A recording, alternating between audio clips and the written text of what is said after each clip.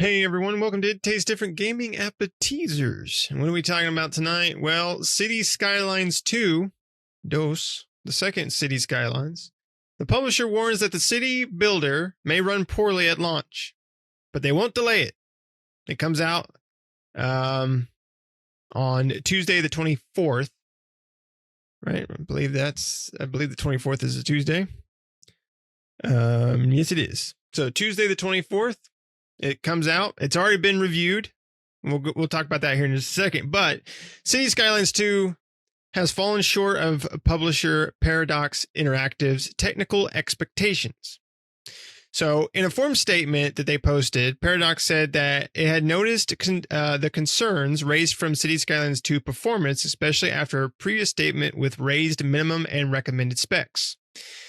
The studio says that in an attempt at transparency, we would like to further shed some light on the current state of the build.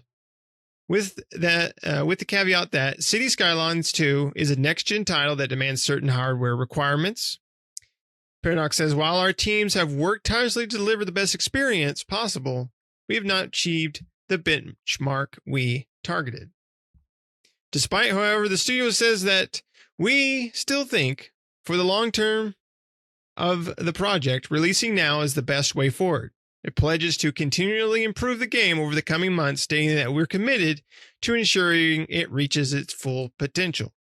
Again, this game comes out next Tuesday from this recording, which is 4 days away, right? Might be the day that you see this video, maybe the day it came out. But reviews for this game have already come out, and while reviews say that the game is as far as a city building simulation, it's good, it suffers because of technical problems, and that the technical problems are hard to miss, right? They basically get in the way of the gameplay experience. So a lot of the review scores have been they've been high, but it's still on the lower end of the spectrum because, well, the game's not doing very good as far as, all the technical limitations. I mean, IGN, for example, gave the game a 6, basically saying overall that, again, they say that it's not the best game for city building. It's better than the original Cities Skylines, which I love the original Cities Skylines.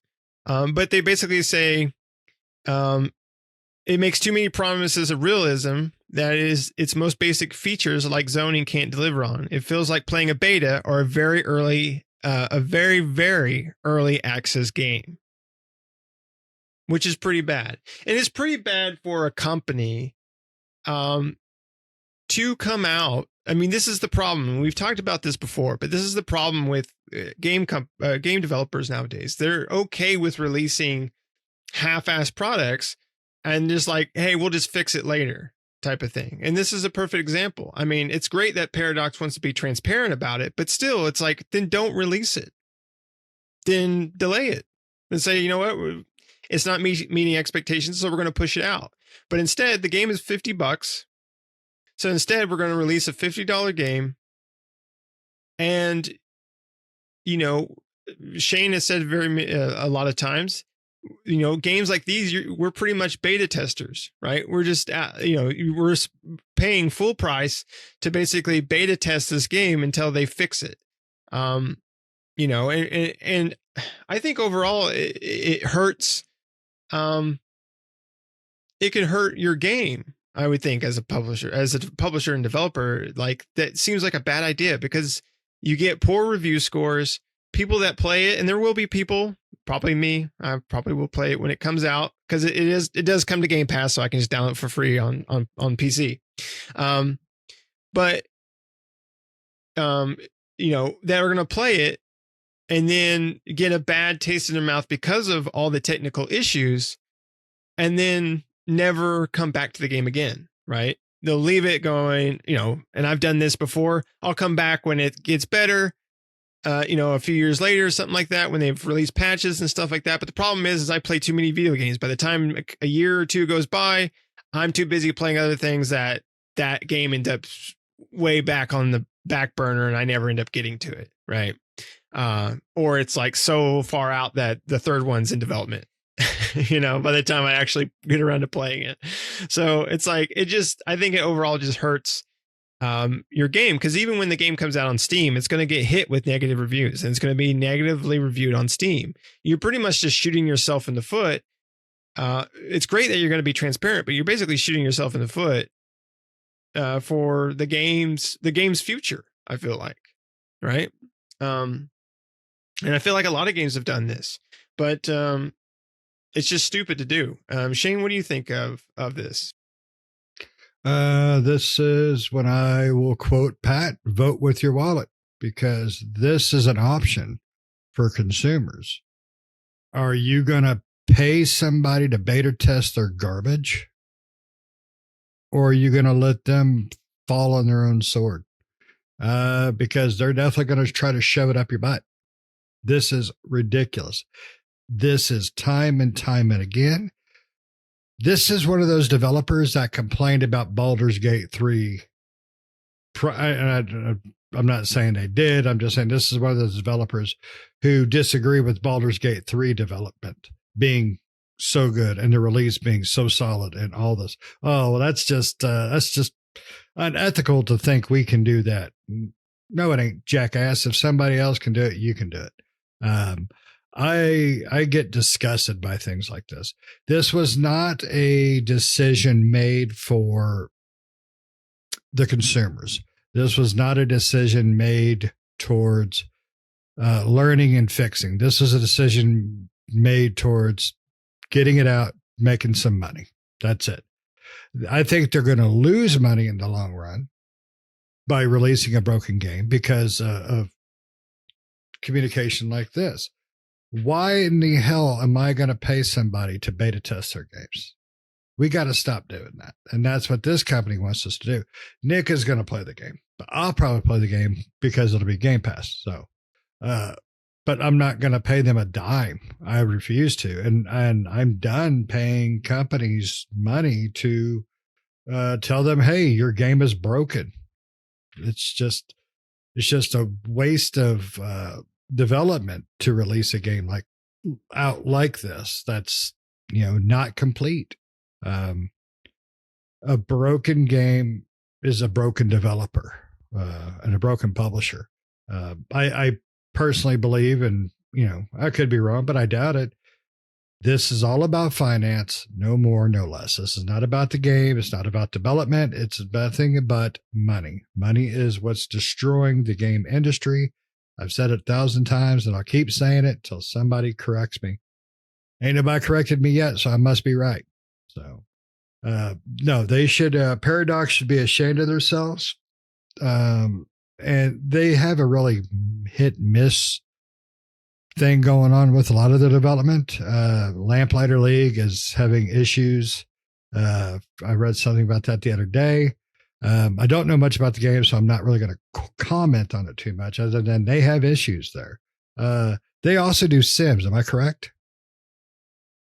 No, there's another one. EA does the Sims, or not Sims. Dang it! There's another one that they do. It's kind of in the realm. I mean, Paradox does. Or they RTS. They publish a lot of stuff. Shit, that's the one I was trying to think of. Bloodlines. That was a terrible game. Vampire Bloodlines 2. That was awful. Star Trek Infinite. Okay, I've never even heard of that game. So, I do not like half-released games. I'm not a beta tester. I'm a gamer. This company should be ashamed of themselves. Microsoft should have just said, no, you can't release it until you fix it. We don't want it on our Game Pass, so you fix it. Microsoft should be, I don't want to say bullying or anything like that, but they should be in charge of saying, hey, we don't want broken product on our system. Although these are also the people that released Redfall. So I doubt they're going to do that. But, Nintendo used to have a quality assurance on their original Nintendo and I believe the Super Nintendo. And then I think that started petering away around the Super Nintendo or the 64 and then the Cube. And then when the time they got to the Wii, there was no quality of anything anymore. So we need quality assurance. We need quality assurance more now than ever with the way development and developers and all these people are spitting out broken garbage. So, but I could sit here and beat this thing to death, but it's not going to do any good because if we keep buying, they're going to keep spitting out crap. They're going to keep shoveling them turds in your mouth if you keep opening your mouth. Yeah, that's true. I mean, it would have been fine for this game, I think, personally, if they would have said, we're delaying the console releases of this game, which the console release is not coming out with this. This is only PC. It is coming to consoles, but that's later on. But if they would have just said, hey, we're going to throw it out there in early access. Right.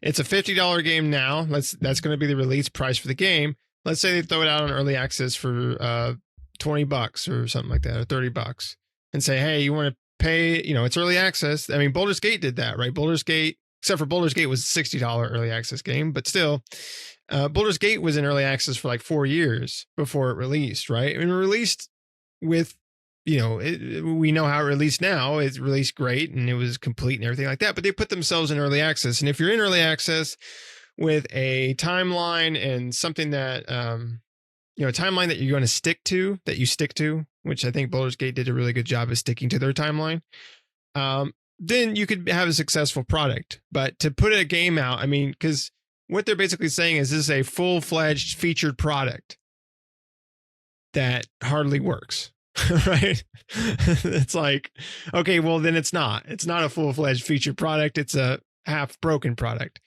And you're going to have the Redfall effect. All right, let's going to call it that, the Redfall effect. Redfall did come out with a new patch here recently that fixed a lot of things. I think it finally introduced the 60 frame per second mode, and it fixed a lot of the bugs. And I mean, I looked at the patch notes, and they're huge.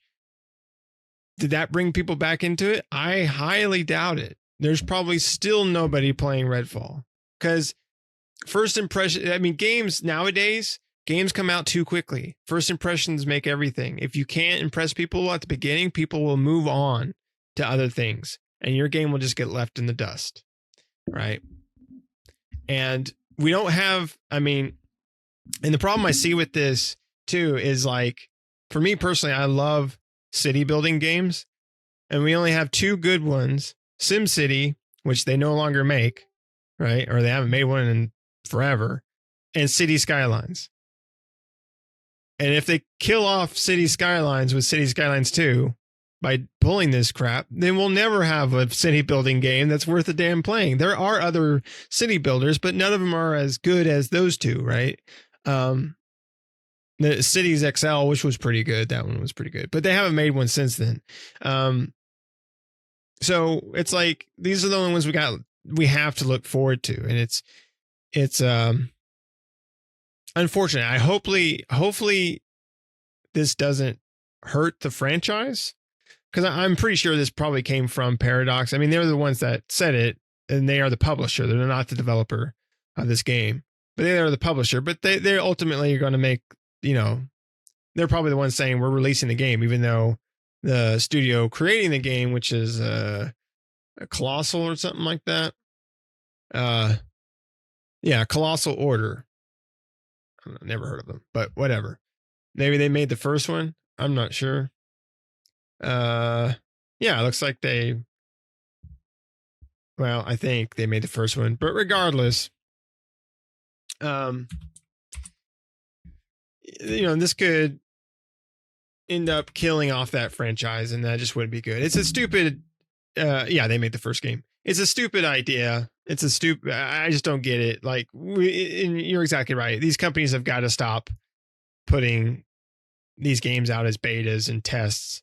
It's just hurting the gaming community, these IPs. and just the overall, just everything overall. Maybe a lamp slider leak, it didn't do well financially, and that really hurt them. And maybe that's why they decided to release City Skylines, because they need, like you said, they need that money, and they figured City Skylines will bring it in, and it would normally. But if word of mouth gets around, because not everybody reviews and things like that, but if word of mouth gets around, like this game sucks, then the people that bought it will probably end up turning around and refunding it, and then no one will ever play it. So, yeah. Yeah. Yep. Burst of pricings, like you said. I mean, you show me a fugly duckling, I'm not going to buy the goose. So. Good job, Goose. All right. You got anything else you want to add to this? No, I'm tired of that kind of crap from developers. So, yeah. I mean, I wouldn't buy this game. I mean, like I said, it is going to come to Game Pass on PC on Tuesday, from my understanding. So, I mean, I already subscribed to Game Pass, so I'll download and try out the atrocity that is City Skylines 2, because I really was looking forward to City Skylines 2. So I'll probably play it and then disappoint myself because I played it because of all the technical issues. But I wouldn't, if I didn't have Game Pass, or if it wasn't coming to Game Pass, I wouldn't spend the $50 on it. Knowing that I know that it has a bunch of technical issues, and the reviews also, I mean, I read more than just IGN's, and they all pretty much said, like, it's a great sim if it wasn't so technically horrible.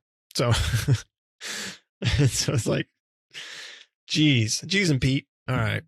Well, thanks everybody for watching. Make sure to like the video. Make sure to subscribe if you're not already. Help us out. Hit that subscribe button. Hit the bell notification to stay updated with new videos that we do all the time. And also let us know down in the comments below, what do you think about Cities Skylines 2? What do you think about them being transparent about the fact that it's not going to work well, and them releasing it?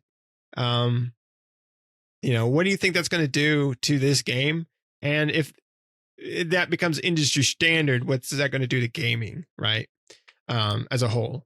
But let us know down in the comments below. Other than that, thanks for watching, everyone. See you next time. See ya.